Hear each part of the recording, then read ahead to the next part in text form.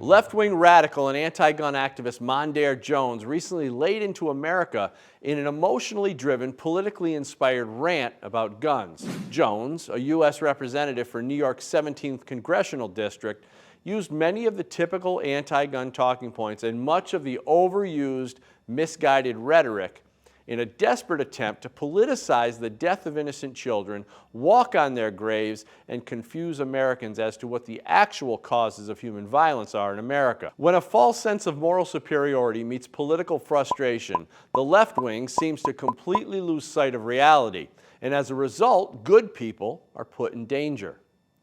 Mondaire's misleading rant made it clear that his attack on gun owners and his exploitation of children was to advance a political agenda. Now more than ever, pushback and exposure of the Democrats' deceitful behavior is necessary.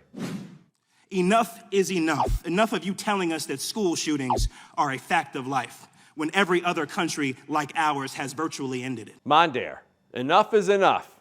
Enough of you Democrats putting our children and teachers in danger by refusing to put armed security in our schools after Joe Biden disarmed them and made them vulnerable with his 1990 Gun-Free School Zones Act. Enough of us watching innocent children and teachers getting killed while you fight to do everything you can to keep the schools soft targets. Enough of you blaming mental illness and then defunding mental health care in this country. Enough of your thoughts and prayers. Enough. Enough. Enough of you ignoring mental illness, fatherless homes, and welfare dependency. Enough of you letting violent criminals out of jail only to see them harm good people. Enough of you removing God from our schools while confusing our children about their own gender and pushing dangerous pharmaceutical drugs and unnecessary hormone therapy on kids during their most vulnerable years. And as much as you hate thoughts and prayers, we will continue to pray for the good people you put in danger while we fight to protect them from your dangerous policies. You will not stop us from advancing the Protecting Our Kids Act today. You will not stop us from passing it in the House next week, and you will not stop us there. You will not stop us from protecting our kids in schools with armed security. You will not stop us from pushing for legislation that will prevent you from making our children vulnerable in their own schools and defunding our police departments.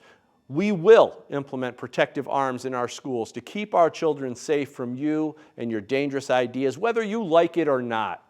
You will not stop us there. If the filibuster obstructs us, we will abolish it. And if blue state legislators obstruct us, we will override them and drag them into a higher court.